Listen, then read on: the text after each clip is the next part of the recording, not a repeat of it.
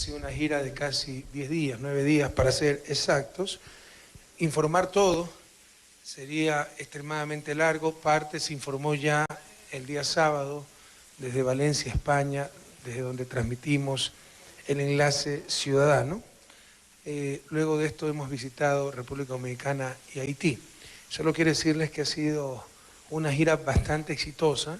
Se inició con la visita oficial a Alemania, donde era conferencista en el foro Economía Alemana, Economía Latinoamericana, con muchos empresarios, donde se los invitó a invertir en Ecuador. Nos reunimos con las más altas autoridades alemanas, la academia, etcétera. Entonces creo que fue una visita de bastante impacto y posicionamiento para el país y de profundización de las relaciones con Alemania. Luego, ustedes saben, fuimos a Italia, a Milán, nos reunimos con empresarios, con nuestros hermanos migrantes, y luego pues tuvimos el privilegio de tener una audiencia con el Papa Francisco en Roma. Luego pasamos por Madrid, también tuvimos una reunión espectacular con migrantes, la alegría, la esperanza de nuestros migrantes, pese a los momentos duros que nuevamente viven, similares a los que lo obligaron a salir de la patria. Es inmensa esa alegría y esa esperanza. Y luego fuimos a Valencia. Bueno, ustedes saben, visitamos los laboratorios Repsol, etcétera, en Madrid. Fuimos a Valencia, donde también con miles de ecuatorianos compartimos el enlace ciudadano. Luego viajamos esa misma noche a República Dominicana, donde llegamos el domingo por la noche. Tuvimos ya entrevistas ese mismo domingo por la noche, un tour guiado por el centro histórico que nunca habíamos conocido, precioso, de Santo Domingo. Al día siguiente hemos tenido más entrevistas, participado, bueno, me otorgaron honoris causa en la Universidad Autónoma de Santo Domingo, que es la más antigua de América Latina y la tercera más grande. Es la heredera de la Universidad Santo Tomás Aquino, la primera que se fundó en América Latina. Y luego pues tuvimos reunión con el presidente Danilo Medina de República Dominicana, un almuerzo. Nos trataron con una deferencia realmente gigantesca. Y para después de esto participar en la inauguración de la Feria del Libro de República Dominicana, donde el Ecuador era invitado de honor. Luego fuimos de la inauguración, que fue en un teatro, a recorrer la feria y a inaugurar el stand de Ecuador, que dicho sea de paso está muy bonito. Con eso pues acabamos la jornada en República Dominicana. Hoy, martes de mañana, temprano nos trasladamos a Haití, donde también el presidente Michel Martelly normalmente iba a trabajar a ver cómo están nuestras tropas, y siempre me acompaña el presidente Michel Martelly en otra gran deferencia. Y fuimos a la provincia de Artibonite. De hecho, el sitio se llama Petit Rivière de Artibonite, pequeño río de Artibonite, donde están trabajando nuestras tropas, el cuerpo ingeniero del ejército. Con decirles que el cariño es tal y la labor que se hace es tan buena que cuando pasan esos otros soldados, los ciudadanos de Haití los aplauden. Y se están haciendo carreteros, limpiando canales, haciendo los puentes para las casas, porque los chicos pasaban por troncos sobre canales, era extremadamente peligroso. Se están reconstruyendo un par de escuelas, se está haciendo un subcentro. Toda la inversión es 15 millones, la primera etapa fue más de 13 millones y concluye en septiembre del 2013 esta segunda fase. Y ha habido realmente una eficacia, una contundencia en la ayuda del Ecuador, que creo que marca también un hito, porque siempre se habla mucho en esto y se hace poco. Nosotros hablamos poco e hicimos mucho, y lo reconoce el gobierno haitiano. Se capacita gente, porque cuando acaba la intervención, la primera etapa creíamos que iba a ser la única. En consecuencia, pues se dejaron las maquinarias, las retroexcavadoras, las volquetas, en manos del gobierno haitiano con gente capacitada para que las opere. Como el presidente Martelly nos visitó el año pasado y nos pidió hacer una segunda etapa, pese a que somos pobres, somos solidarios, y se destinaron 15 millones para esa segunda etapa. Entonces nuevamente se han comprado volquetas, maquinarias. Cuando acabe esta segunda etapa, que normalmente es la última, nuevamente quedarán todas esas maquinarias para el gobierno haitiano con la correspondiente capacitación para los operarios haitianos. Y esto está fortaleciendo mucho al gobierno haitiano, a su Ministerio de Transporte y Obras Públicas, que ha hecho una empresa pública con esas volquetas, con esas máquinas que recibe del Ecuador. Entonces, ha sido una ayuda muy eficaz en función de lo que necesita Haití, en función del gobierno haitiano. La ayuda debe potenciar las capacidades internas. Esa ayuda que va repleta de dólares, sin respetar la institucionalidad de Haití, sin utilizar sus capacidades internas, por menguadas que éstas estén, muchas veces más lo que quita que lo que da, porque van con millones de dólares, les regalan alimentos, todo, la gente incluso muchas veces debe producir lo poco que producía, y luego se van y quedaron peor que antes, quedaron dependientes, se destruyó lo poco que había. Aquí todo se encausa por medio de la institucionalidad haitiana, hacemos lo que nos dice el gobierno haitiano que hay que hacer, se está trabajando en la base productiva, en educación, salud y capacitando para que luego ellos mismos puedan continuar con el trabajo. Entonces, yo tengo algo de experiencia en esto, ustedes saben, soy experto en economía del desarrollo y sinceramente es la clase de ayuda que siempre se debió dar y lo estamos haciendo bastante bien en el terreno. Felicitaciones para nuestro cuerpo de ingenieros, a sus comandantes, al coronel Carrillo y sobre todo a los jóvenes oficiales. Hay 8 mayores capitanes que se encuentran allá y cerca de unos 80, bueno, más de 70, el resto, en total 80, de soldados de la patria, servidores civiles, que están haciendo un extraordinario trabajo en Haití. Luego de revisar cómo marchan los trabajos, la alegría de la gente, la satisfacción del gobierno haitiano, pues hemos regresado al país donde nos encontramos en este conversatorio con los medios y muy alegres también de regresar a la patria, pese a que ya hace un par de días habíamos llegado a la patria grande, ¿no? Pero siempre es una alegría regresar al país. Buenas noches y nuevamente bienvenidas y bienvenidos todas y todos. Iniciamos con la rueda de preguntas. El primer periodista en intervenir es Hernán Higuera de Ecuavisa. Señor presidente, buenas noches. Señor canciller, buenas noches. Por las cámaras no me pongo de pie, señor presidente, perdón. Quería consultarle, hay mucha expectativa sobre los resultados que se consiguieron en la negociación, sobre todo empresarial. En el tema de inversiones, hay mucha expectativa sobre los acuerdos que se puedan alcanzar en el corto tiempo. De hecho, usted el día sábado había mencionado que hay muchas trabas burocráticas en los mandos medios, sobre todo, que no permiten agilitar este tipo de acuerdos, de negociaciones. En ese sentido, yo quería preguntarle a quién se refería cuando usted dice mandos medios y qué tipo de acciones se van a tomar para que esos acuerdos comerciales beneficien rápidamente al Ecuador. Y de paso, señor presidente, sabemos que usted hizo una invitación al Papa Francisco para que visite el Ecuador. Queríamos saber si se concretó una fecha, en qué tiempo podría venir el Papa al Ecuador. Gracias.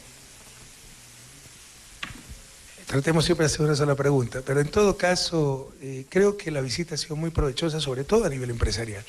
Llevamos una importante delegación empresarial, ellos están viendo la consideración que se le tiene al país, o sea, hay una inmensa expectativa por lo que está pasando en el Ecuador. A nivel mundial, en este caso a nivel de Europa, se nos ha llamado el jaguar latinoamericano. En algunas cosas estamos a la vanguardia de América Latina, en crecimiento, reducción de pobreza, reducción de inequidad, matriculación de pobres en la universidad, programas sociales, tasa de desempleo, etcétera, etcétera, ¿no? Y ellos pudieron verificar eso, hicieron importantes contactos empresariales. Y además en humano, o sea, compartir fuera del país con empresarios que tal vez tenían una opinión errada, muchas veces por ciertos medios de comunicación, seamos realistas, ¿no? Ver que somos patriotas, que puede ser que tengamos algunas diferencias ideológicas, pero todos buscamos el avance del país, etcétera.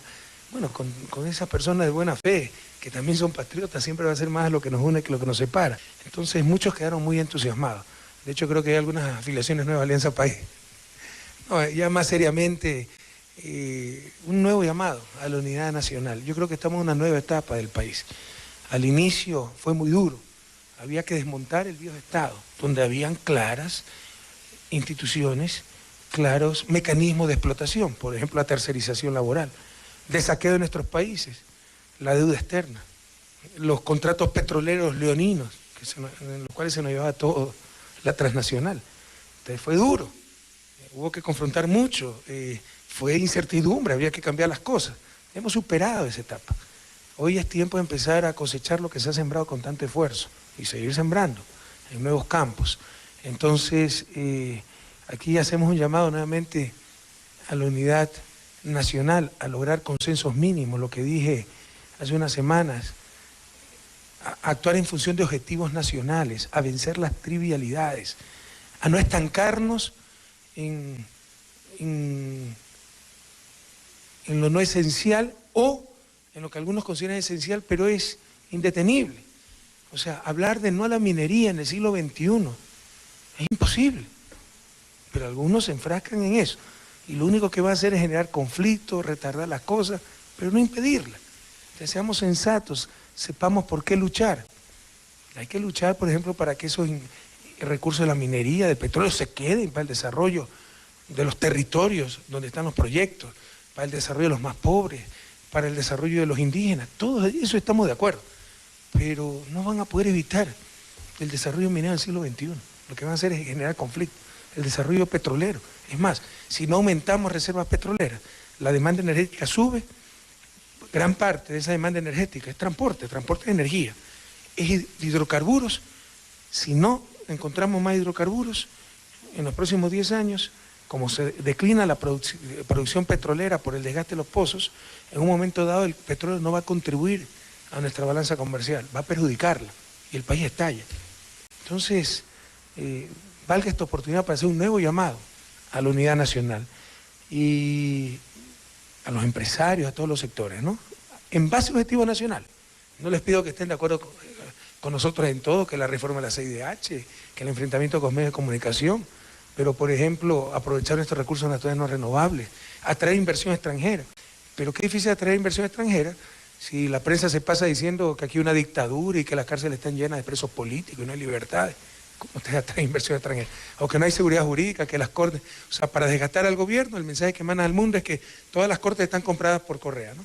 O sea, que ganamos todos los juicios y no ganamos porque tenemos razón, sino porque todos los jueces dependen de nosotros. O sea, ya se olvidaron el juicio del coronel Carrión, del mayor Araujo, todos esos juicios han sido perdidos, pero se miente, ¿verdad? Y no dicen pues que, bueno, de repente hemos de tener razón, porque locos no somos. Y entonces ganamos juicio porque tenemos razón. Entonces mandan esa imagen negativa. Ojalá seamos más sensatos, ¿no? Que podamos discutir las cosas al interior, lo que haya que discutir, pero hacia afuera, posicionar adecuadamente al país y les insisto, sobre todo, todos apoyar objetivos nacionales. Bueno, con este largo preámbulo contesto su pregunta. Ha habido importantes contactos y sobre todo siempre hubo la voluntad política de concretar un acuerdo comercial con Europa que no es un acuerdo de libre comercio. Por eso no hemos demorado mucho más. Colombia y Perú lo firmaron. Si fuera un acuerdo de libre comercio lo hubiéramos firmado hace rato. Estamos negociando eso. Y faltaban 3 puntos relativamente sencillos. Por ejemplo, algo que no estábamos dispuestos a renunciar era a compras públicas. Entonces lo que propuso la Unión Europea, es decir, que para cualquier compra pública, la firma europea tenga tratamiento nacional. Nosotros queremos dar prioridad a las empresas nacionales. Eso es algo razonable. Eso no es para nosotros, es para los empresarios nacionales. Pues son las cosas que no se dicen. No se confirma, hay que firmar mañana cualquier cosa. Entonces, por ejemplo, hemos llegado a un acuerdo de que desde cierto umbral de compras públicas puedan participar las empresas europeas con tratamiento nacional. Esto ya nos protege la mayor cantidad de pequeñas empresas, MIPYME, y bueno, ya la gran empresa que compita. Desagregación tecnológica. O sea, si hay una empresa europea que con este tratado participa, gana, va a construir una hidroeléctrica, que lo que se puede hacer en el país lo haga, no que todo le importe. No, muchas veces tienen sucursales en Colombia, Perú, lo traen de allá, no, que lo hagan en Ecuador, peor si lo traen de la propia Europa. Son cosas razonables, son para el país, no son para el gobierno, son las cosas que no se dicen. Pero en todo caso, en esto había una gran resistencia, que es lo que ha propuesto Europa, temporalidad, que no sea permanente, ¿de acuerdo? Que sea 15, 20 años, y nos tenemos que preparar para competir. Si después de 15, 20 años, la empresa nacional con componentes nacionales no logra competir con la empresa europea que trae los componentes importados, bueno, ya tampoco podemos protegerla eternamente. La protección no es mala. Por si acaso, la cuna del proteccionismo moderno es Alemania, junto a Estados Unidos, es Friedrich List, el mentalizador del proteccionismo moderno, que aprendió en la práctica, no lo podía racionalizar adecuadamente, pero en la práctica lo aprendió de Alexander Hamilton, secretario de Tesoro de Estados Unidos, cuando Leeds vivió en Estados Unidos o visitó. Y así se desarrolló Alemania. Se ha satanizado la palabra protección, se ha santificado la palabra libre o las palabras libre comercio, ni lo uno ni lo otro. El libre comercio es una falacia que beneficia siempre a todos, puede quebrar países, y el proteccionismo bien aplicado, con eso se han desarrollado todos los países. Las excepciones no se han desarrollado con protección. Suiza, los Países Bajos, pero ahí Alemania, Japón, los tigres asiáticos, Estados Unidos, todo, la propia Inglaterra, hasta el siglo XX, cómo se protegía de la manufactura hindú. Bueno, en todo caso, son esas cosas que se están discutiendo. El otro punto, había un punto adicional, ¿verdad? De desacuerdo. No, pero había otra más. Bueno, se me escapa. Ya, sectores estratégicos, que en la Constitución dice que por excepción los sectores estratégicos estarán en manos privadas, pero en la práctica están en manos privadas reguladas por el Estado, pero lo que sea es concesiones, y sean títulos habilitantes, se califica a la empresa, sus cuidados ambientales, etc. Entonces basta ver la realidad. No querían que cambiemos la Constitución, eso tampoco lo vamos a permitir.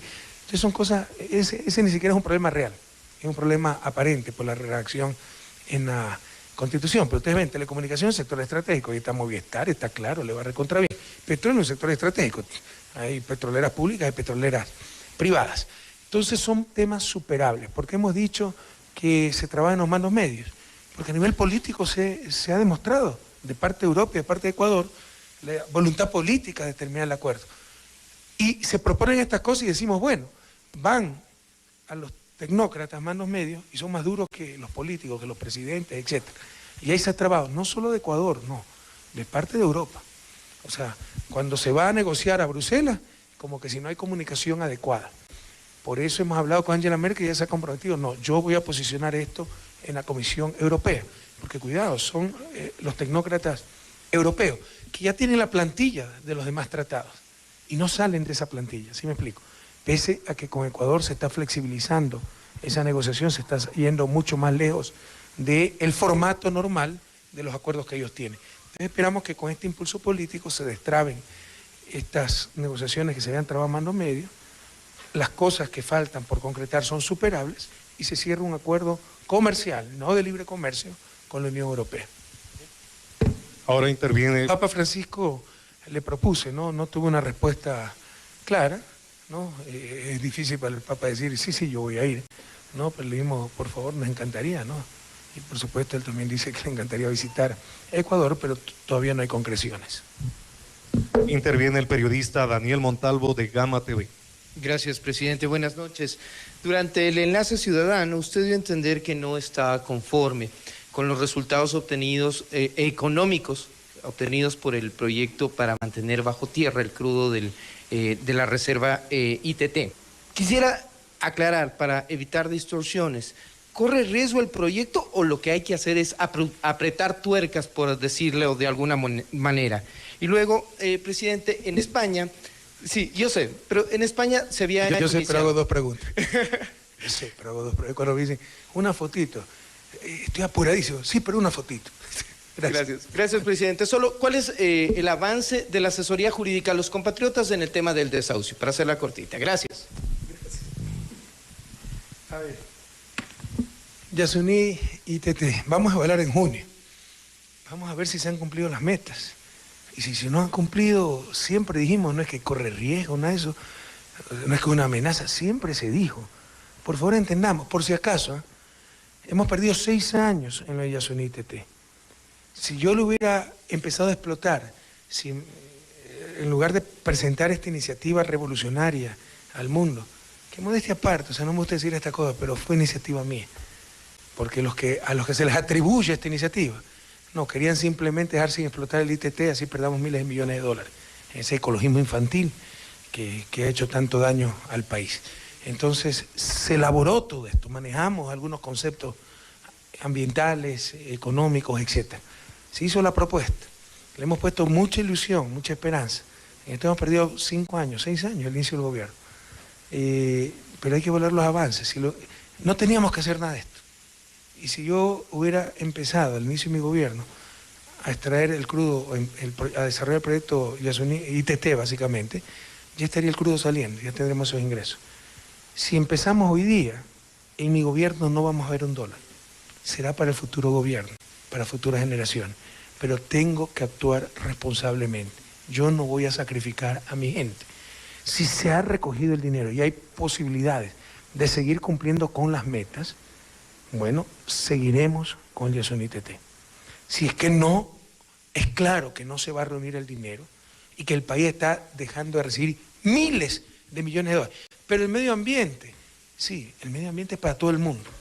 ¿Cuánto nos toca esa partecita de medio ambiente? ¿Y cuánto nos toca los miles de millones de dólares? Y con eso podemos cuidar el ambiente, los parques que tenemos, pero también sacar de la pobreza a la gente. Entonces, tengamos discusiones serias. Yo no voy a sacrificar a mi pueblo. Si nos dan la ayuda y si se cumplen los objetivos, seguiremos adelante. Si no, empezaremos el desarrollo del ITT, de los campos ITT, básicamente sería IT, porque Tambococha está en pleno corazón del Yasuní, ¿no? Sería básicamente Ispingo está en pleno corazón del Yasuní, sería tan solo Tiputini y Tambococha. Y les insisto, en mi gobierno no va a haber un dólar de esos recursos. Será para el próximo gobierno, para futuras generaciones. Pero seamos sensatos en esto también. Y sobre los desahucios, bueno, estamos dando mucho apoyo, pero paso la palabra al señor canciller para que él informe más en detalle. Gracias, presidente. Bueno, aquí hasta ahora hemos tenido una estrategia defensiva y desde hace un año, o un poco más, hemos tenido abogados en cada uno de los más importantes consulados para orientar. Hemos hecho orientación, asesoría, hemos dado consultas a través de abogados y hemos atendido incluso después a través de grupos y a través de internet a más de 6.000 personas. Eso ha permitido a muchos solucionar sus problemas, solamente sabiendo que había algún abogado del consulado, en algunos casos se ha resuelto. Y justamente el día del enlace informamos sobre eso, de una persona que 2 días antes ya había sido informado que ya no iba a quedar con una deuda y que entregando su casa, lo que se llama la dación en pago, él quedaría libre de deuda y vendría inmediatamente al Ecuador. Ahora hemos planteado también una estrategia ofensiva, no solamente defensiva, porque hay mucha gente que ha sido perjudicada y hay varios fallos de tribunales europeos respecto a este tema que señalan que hay muchas cláusulas, con claridad dicen, hay muchas cláusulas abusivas. Nosotros lo habíamos visto en una investigación que hicimos en todo el año, pero eso está también ya resuelto así, no solamente cláusulas abusivas, sino procedimiento, un procedimiento que pone prácticamente en la indefensión a los ciudadanos ecuatorianos que están allá. Eso nos anima también a desarrollar algunas estrategias ofensivas de establecer demandas fundamentalmente contra los banqueros que fueron los que impusieron esas cláusulas abusivas y tuvieron, por supuesto, alguna colaboración de alguna gente para hacerlo. Eso lo verán después los jueces. Nosotros hemos contratado un equipo de abogados que está estudiando qué tipo de acción podemos llevar y durante todo este año, mientras dábamos el apoyo a los ciudadanos, hemos también recogido mucha información. Esa la estamos acabando de procesar y en los próximos meses podemos ya comenzar a tomar acciones. Tal vez es importante aclarar, yo nunca he dicho que es el Estado ecuatoriano el que va a hacer demanda, los medios así lo han tomado. Yo creo que por un error. Puede ser mi error, en algún momento tal vez dije eso. Ya. Aquí vamos a instancia jurídica europea, Sí. pero lo que estamos haciendo es apoyando a los migrantes. Así es, la idea es de que sean los migrantes y nosotros respaldarlos jurídicamente. Estas acciones jurídicas. Así es. Esas son las preguntas que tenemos, señor presidente. Si usted dispone, podemos abrir. ¿Algún periodista que desee, por favor, levanta la mano, su nombre y el medio al que pertenece, por favor?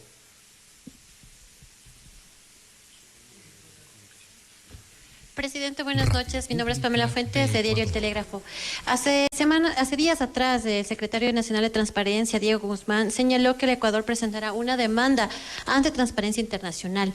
Quisiera saber cómo afectará esta demanda a a nuestras relaciones con Alemania, puesto que ya queda su sede. Y también quisiera saber si va a participar en el taller de los asambleístas del país en este día viernes.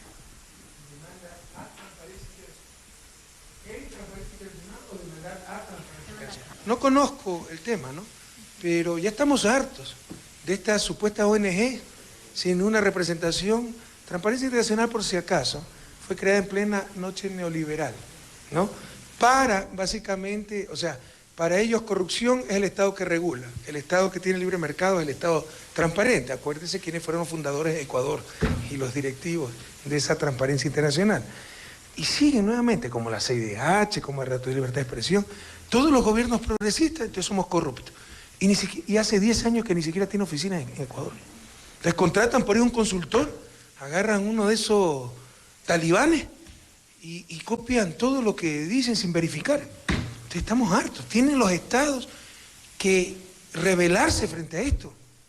Algunos dicen, ay, que Correa sobre reacción, no, obsesivo. Yo sí soy obsesivo con la verdad. Creo que uno de los grandes males de nuestro país es que toleramos las mentiras y se miente. Mire el informe de la Relatoría de Libertad de Expresión, que el señor Solórzano está preso por expresiones críticas a un alto funcionario del gobierno. Solórzano es un testigo falso, dio falso testimonio, dijo que el secretario general de Administración, Vinicio Alvarado, había recibido una coima de $10.000 para permitir el funcionamiento de casinos ilegales. Esas son las expresiones críticas de Solórzano. Y el otro, en uso de sus derechos, lo demandó por falso testimonio y le ganó el juicio. Pero esas son la prisión por expresiones críticas a altos funcionarios. Se miente y no se para de mentir. Cierta prensa corrupta, no ustedes, pero ustedes saben que digo la verdad, ¿ya? Para hacerle daño al gobierno es cómplice de esas mentiras y seguiremos luchando contra esto. Yo sí soy obsesionado por la verdad, porque si no logramos un país que hable la verdad, no un baño de verdad, permanezca siempre en la verdad, va a ser muy difícil tener una buena sociedad, alcanzar el buen vivir, etc. Entonces, mienten estas ONGs a cada rato, que no representan a nadie. Además, en el caso de Transparencia, la CIDH sí representa, Fundamedio no representa a nadie. Y lo que hace es tomar el informe Fundamedio. Y mire, ¿a qué nos enfrentamos?